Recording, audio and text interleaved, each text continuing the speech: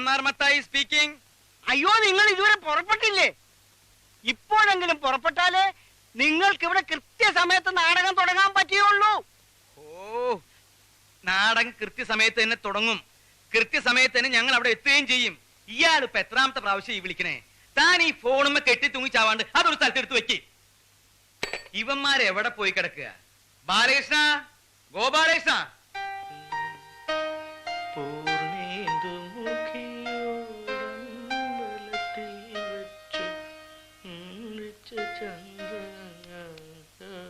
അത് ശരി, നീ ഇവിടെ നിന്ന് തലേമ ഗോപുരമണിയാ. അവന്റെ ഒരു മുടിഞ്ഞൊരു ഒരുക്കും. ഒന്ന് വണ്ടി കയറത്തണ്ടി. അതിന് ഞാൻ മാത്രം കയറിയാ മതിയോ? റെഡി ആവേണ്ട ഒരുത്തൻ കട്ടിലെ കിടപ്പുണ്ടല്ലോ, അതോ? വേറെ ആര്? ഗോപാലകൃഷ്ണൻ. അവനിതുവരെ റെഡിയായിട്ടില്ലേ? എങ്ങനെ റെഡിയാവും? അവൻ വലിയ വില്ലനല്ലേ? നാടകത്തിൽ നായകനേക്കായി വരുന്നത് വില്ലനാണെന്ന് അവന്റെ ഭാവം. ആദ്യം വില്ലൻ വണ്ടി കയറട്ടെ, എന്നിട്ട് നായകൻ കയറണോ വേണ്ട തീരുമാനിക്കാം. നിന്റെ ഒക്കെ നായകനെ വില്ലൻ ഞാൻ ശരിയാക്കി തരാം.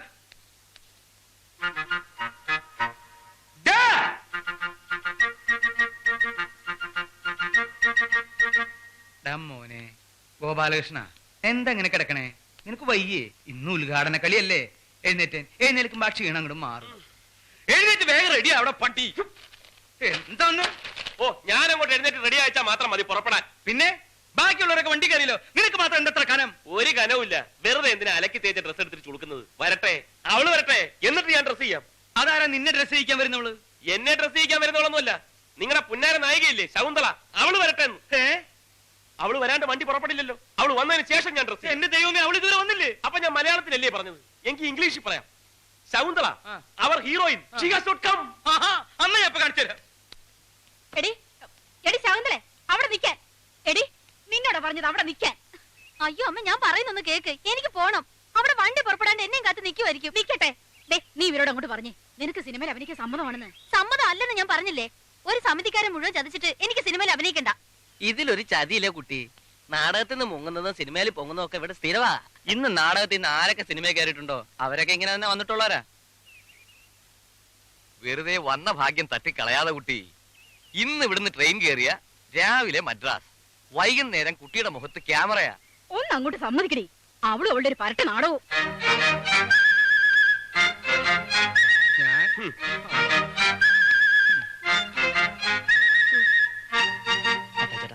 നമുക്ക് പോയി തെരഞ്ഞാലോ? തെരയാനെന്താ? അവളെ കുഴിച്ചിട്ടിരിക്കുക സിമിത്തേരിയില്. ഇന്ന് അവൾ ഇങ്ങോട്ട് വരട്ടെ, അവളെ ഞാൻ സിമിത്തേരിയിലേക്ക് തന്നെ അയക്കുന്നുണ്ട്. ഇത് അവളായിരിക്കും. വഴിയിൽ നിന്ന് എവിടുന്നോ വിളിക്കുന്ന. മത്തായി ചേട്ടൻ ഞാൻ എടുത്തു നോക്ക്, ചെല്ല്. Hello, Mannar Mathai speaking. എന്റെ ദൈവമേ, നിങ്ങൾ ഇതുവരെ പുറപ്പെട്ടില്ലേ? ആ കഷണ്ടി തെണ്ടിയാ. പുറപ്പെട്ടിട്ട് അരമണിക്കൂറായി. കുറച്ചുകൂടി നേരത്തെ പുറപ്പെടണോ? അരമണിക്കൂർ മുമ്പേ അവര് പുറപ്പെട്ടിട്ടുണ്ടെന്നു. വേണമെങ്കിൽ ഇനിയും നേരത്തെ പുറപ്പെടാമെന്ന്. അതെങ്ങനെയാ? അരമണിക്കൂർ മുമ്പ് അവർ പുറപ്പെട്ടെങ്കിൽ പിന്നെ അതിലും നേരത്തെ അവരെങ്ങനെ പുറപ്പെടും? ഷോ, അത് ശരിയാണല്ലോ. ഹലോ, എന്തടോ? നേരത്തെ നിങ്ങൾ പുറപ്പെട്ടിട്ടുണ്ടെങ്കിൽ പിന്നെ നിങ്ങൾ ഇത് എവിടുന്നാ സംസാരിക്കുന്നത്? ഇത് ഇവിടുന്നല്ല, ബൂത്തിന്നാ. ബൂത്തിന്ന്? ആ, വഴിയിലൊരു ബൂത്തിന്ന്. അവരവിടുന്നല്ല സംസാരിക്കുന്നത്, വഴിയിലൊരു ബൂത്തിന്ന്. ഇത് നമ്മൾ അങ്ങോട്ട് വിളിച്ച ഫോണല്ലേ? അതെ, ഇത് നമ്മൾ അങ്ങോട്ട് വിളിച്ച ഫോണല്ലേ? അത് എന്നോടല്ല, അവരോട് ചോദിക്കും. ഹലോ, ഇത് ഞങ്ങൾ അങ്ങോട്ട് വിളിച്ച ഫോണല്ലേ? അതെങ്ങനെയാണോ താൻ ഇങ്ങോട്ട് വിളിക്കുന്നത്? ഞങ്ങൾ നിൽക്കുന്നത് ബൂത്തിലല്ലേ. ബൂത്തിലെ നമ്പർ തനിക്ക് എങ്ങനെ അറിയാം? ഇത് ഞാൻ അങ്ങോട്ട് വിളിച്ച ഫോണാണ്. ഓ, കൺഫ്യൂഷൻ ആയല്ലോ. ആ, ഏതായാലും നിങ്ങൾ അരമണിക്കൂർ മുമ്പേ പുറപ്പെട്ടല്ലോ. വേണമെങ്കിൽ 1 മണിക്കൂർ മുമ്പേ പുറപ്പെടാം. മതിയോ? ആ, പുറപ്പെടു. അവരമണിക്കൂർ മുമ്പേ പുറപ്പെട്ടു. ഞാനത് പറഞ്ഞ് 1 മണിക്കൂർ മുമ്പേ ആക്കി. എന്താ പോരെ?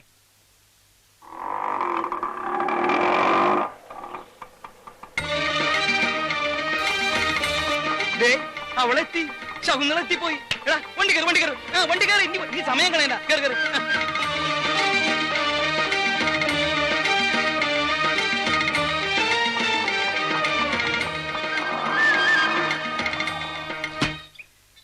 നീ ആരാടി പുല്ലേ? വലിയ ഉർവശി നടിയാ. നിനക്ക് തോന്നിയതുപോലെ കയറി വരാൻ.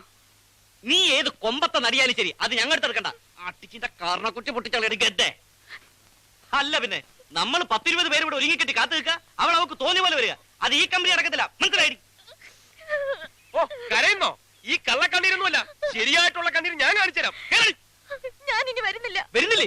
എങ്ങോട്ട് വരുന്നില്ലെന്ന്? ഈ നാടകത്തിൽ ഇനി അഭിനയിക്കുന്നില്ല. ഒറ്റ ചവിട്ടി അമ്മച്ചെന്നാലുണ്ടല്ലോ. എന്താ നാടകക്കാരെ തീർത്തിട്ട് മതി ഇനി നാടകം. നീ എന്തായി കാണിക്കണേ?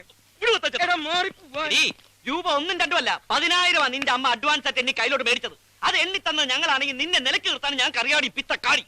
എടാ മതിയടാ, അവളെ നിലക്ക് നിർത്താനും വഴക്ക് പറയാനും ഈ ഞാനുണ്ട്. മത്താച്ചേട്ടാ ഇവള് മര്യാദക്ക് വണ്ടി കയറണം. നിനക്ക് പറഞ്ഞ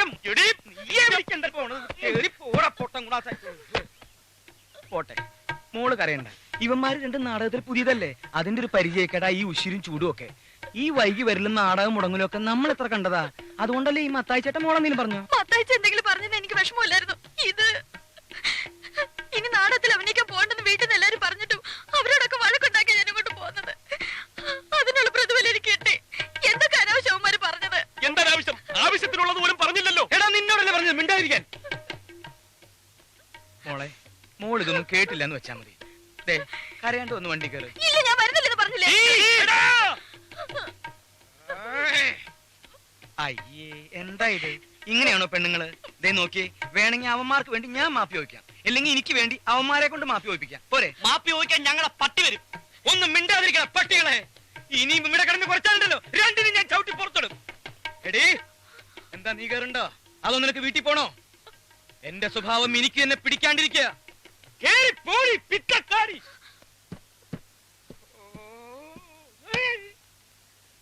എന്റെ ഈശോയെ, നീ ഒരു കുരിശല്ലേ ചുമന്നുള്ളൂ? ഈ വണ്ടി നിറയെ കുരിശുകളാ എനിക്ക് ചുമക്കാൻ. പോരനുണ്ടോ? എന്നെ ഒന്ന് സഹായിച്ചെന്നാ മതി. നാടകത്തിനുള്ള സമയമായി. നാടകം കലക്കി. ഇന്നത്തെ ഒറ്റ കളി കൊണ്ട് 24 നാടക ബുക്ക് ചെയ്തിരിക്കുന്നത്. ഈ കൊല്ലം ഉർവശി തിയേറ്റേഴ്സ് ഒരലക്കും.